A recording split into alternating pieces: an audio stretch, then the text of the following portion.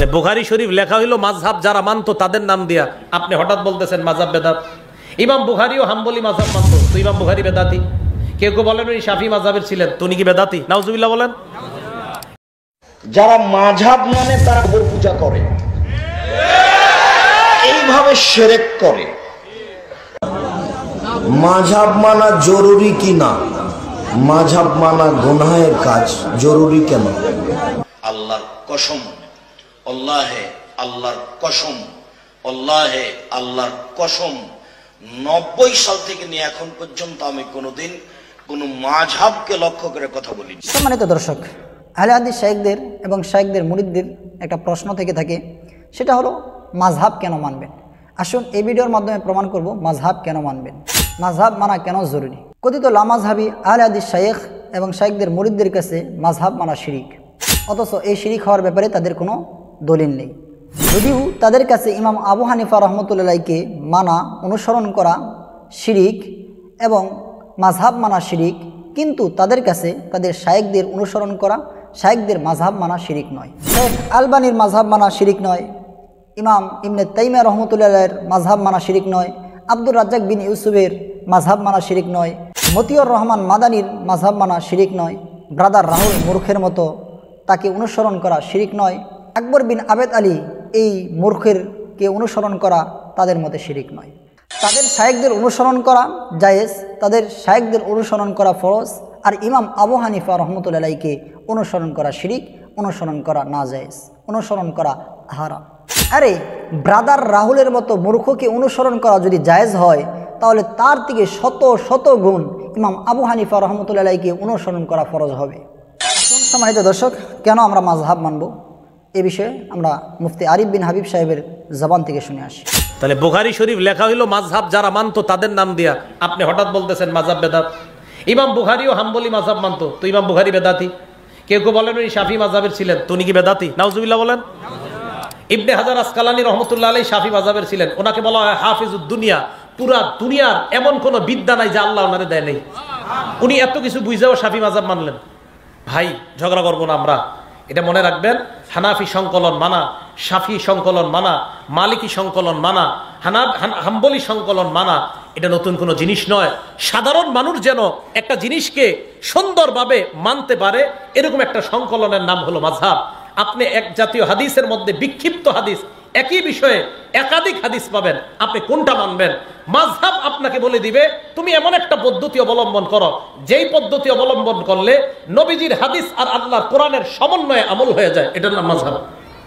ও এই জায়গায় যদি কোনো আহলে হাদিস ভাই থেকে থাকেন, আপনাদেরকে একটা কথাও কষ্ট থেকে বলি নাই, কষ্ট দেওয়ার কোনো নিয়ত নাই। আমি বলছি কি, আপনারা ঝগড়া করেন না।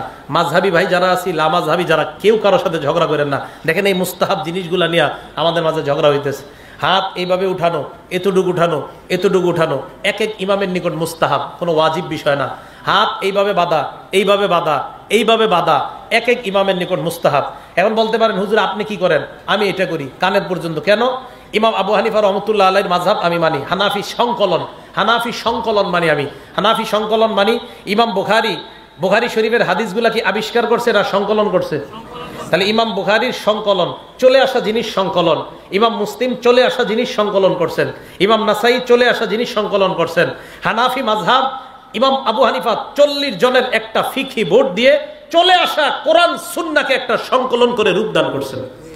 তাহলে কোরআন সুন্নাহর সংকলন এটা নতুন কোনো ধর্ম না, চলে আসা জিনিসকে লিপিবদ্ধ করা। বুখারী শরীফ নতুন কোনো ধর্ম না, চলে আসা জিনিস লিপিবদ্ধ করা। মুসলিম শরীফ নতুন কোনো ধর্ম না, চলে আসা জিনিস লিপিবদ্ধ করা।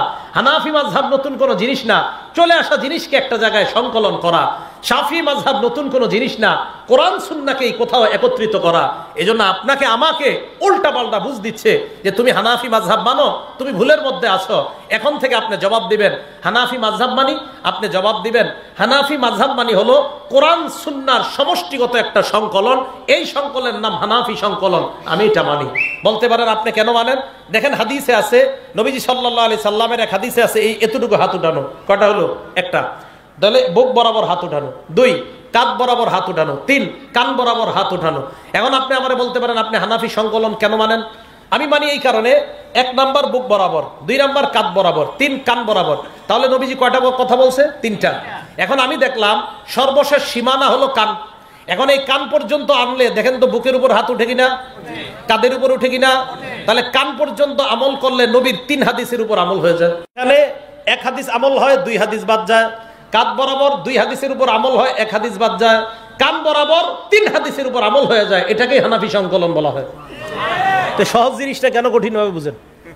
কয় নতুন ধর্ম, এটা ধোঁকাবাজি, এটা কোনো নতুন ধর্ম নয়। আমি যে বুখারী শরীফ যার কাছে পড়ছি সর্বশেষ হাদিস পুরা বুখারী শরীফটা, বুখারী শরীফে দেখবেন আমার ভিডিওতে একটা সনদ বর্ণনা করা আছে। এই পুরা সনদের মধ্যে যতজন ইমামের নাম বলা প্রায় সকলেই মাযহাব মানত। তাহলে বুখারী শরীফ লেখা হইলো মাযহাব যারা মানতো তাদের নাম দিয়া, আপনি হঠাৎ বলতেছেন মাযহাব বেদাত। ইমাম বুখারীও হাম্বলি মাযহাব মানতো, তো ইমাম বুখারী বেদাতি। কেউ কেউ বলেন উনি শাফি মাযহাবের ছিলেন, তো উনি কি বেদাতি? নাউজুবিল্লাহ বলেন। ইবনে হাজার আসকালানী রহমতুল্লাহ আলাইহি শাফি মাযহাবের ছিলেন, ওনাকে বলা হয় হাফিজুদ দুনিয়া। পুরা দুনিয়ার এমন কোন বিদ্যা নাই যে আল্লাহ ওনারে দেয় নাই।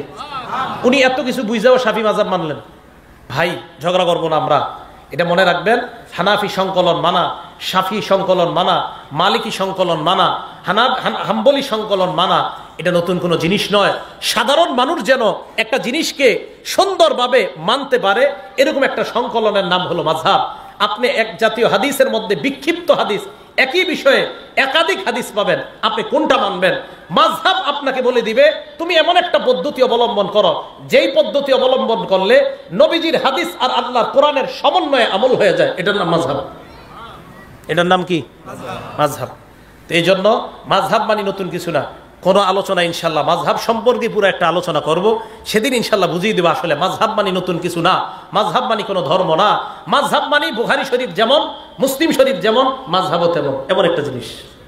আল্লাহ আমাদের সকলকে যে কথাগুলো বললাম শুনলাম ঝগড়ামুক্ত ভাবে রমজানের পুরাটা রোজা যেন পুরাটা রমজান মাস আমরা আমল করতে পারি, আল্লাহ তৌফিক দান করেন।